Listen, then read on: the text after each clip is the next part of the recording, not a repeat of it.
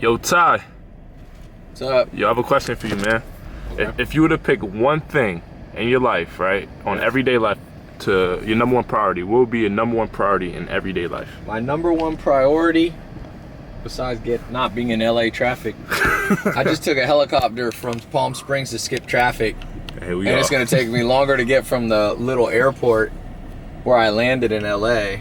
No, that's not my number one priority.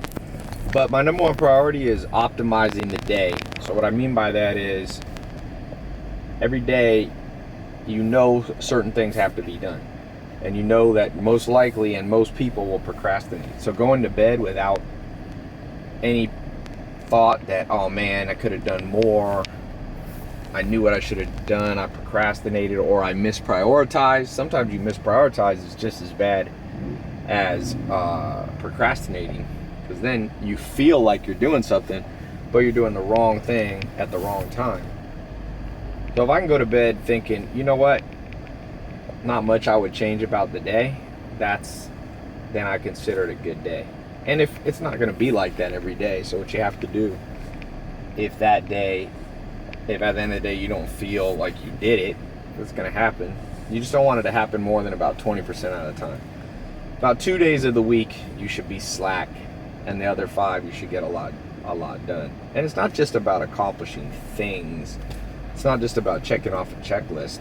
One of your things you could have focused on that day is just taking a vacation. So then you want to go to bed knowing that you optimized for the vacation, like that you actually weren't working, you weren't stressing yourself out, you were focused on lowering your heartbeat, your heart rate, lowering your blood pressure, lowering your cortisol, fight or flight reactions. And so it changes day by day, but that doesn't change. Because if you end up in a life where you have a ton of regret, then not only do you feel less happy in the moment, but there's a second part scientists have found of happiness. Happiness is not just a one-way thing. It's not just, I feel good in the moment. They call that hedonic pleasure. But you also have what I call investment pleasure. So you have to know how to do things that you'll have enjoyment right then in the moment, but you'll also look back on your memories and say, yes, my life was pretty much lived the right way. And that also contributes to happiness. So really, yeah. So if your priority changes every day, what would be the 3 things that the top 3 things that it takes to be successful and wealthy? If your priority changes on a day-to-day basis, what are the 3 things you should be optimizing for the most? So the 3 things that you should optimize for the most, if it's a moving target sometimes, the things that shouldn't change, I would even say there's 4. I talk about this: health, wealth, love, and happiness. 4 things. The first one you have to optimize for every day, pretty much. Most people don't work out enough. They don't move enough. You need to move 3 to 4 hours a day. That's what scientists have found.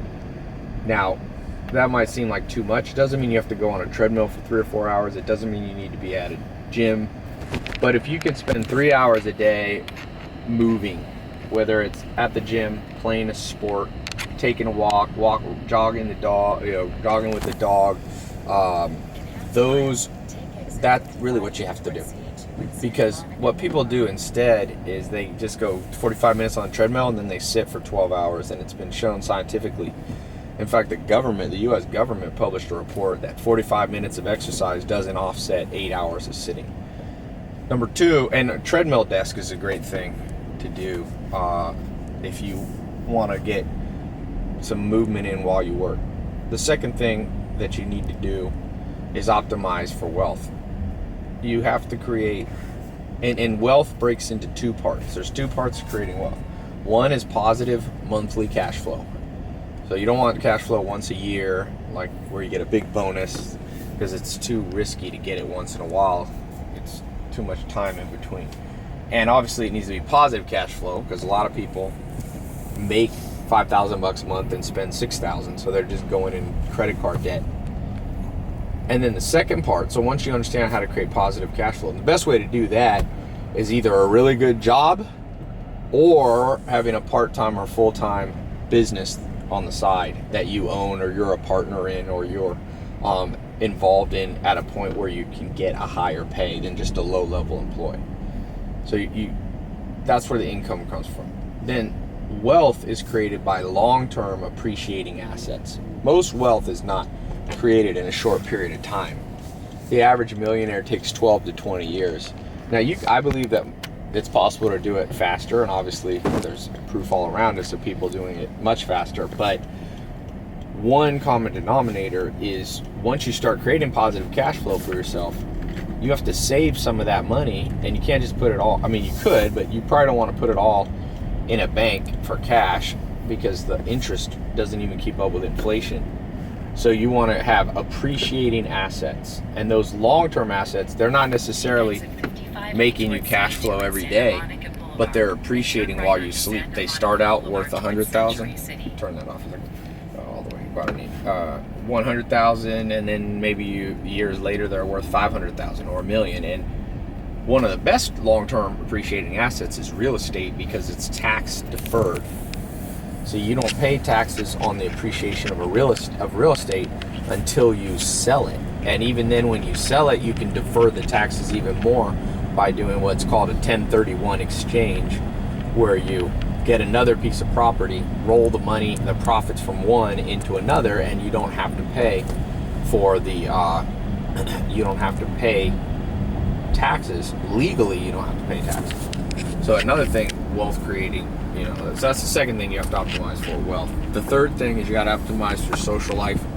You have to know how to network. You have to know how to find good people. You have to know how to create what I call a bubble. Some people call it a tribe, and then keep most people out of it, because most people do not have your best interests at heart. You need to know, how to deal with family. Some family's easy to deal with, some's annoying. You got to build that skill. You got to know how to deal with friends. What happens when a friend betrays you? What happens? How do you read people? Like if you want to date a guy or a woman, you have to understand how to read people so you don't end up paired up, matched up with a horrible person. And that happens at least 50% of the time, if not more. Those are bad odds. So that's the third pillar of the good life. And the last thing you have to optimize for is happiness. So you can have health, you can have wealth, you can have, love and friends, and you can still be unhappy. That happens a lot. A lot of celebrities have that happen to them, for example. And so you have to know, what is it in our DNA that we're coded to need to be happy? For some people, it's different.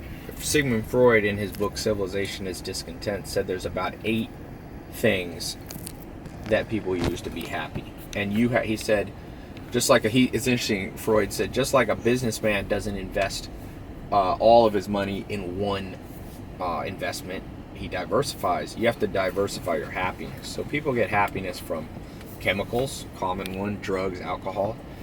It gives them temporary happiness, and you should probably have a little bit of that. Not necessarily hardcore drugs, but drink a little wine every once in a while. That's a certain level of happiness. Then you have what's called aesthetic happiness. Aesthetic happiness is happiness that is, happiness that comes from beauty around you. Maybe it's art for you, maybe it's music would fall under that, the arts and the aesthetic.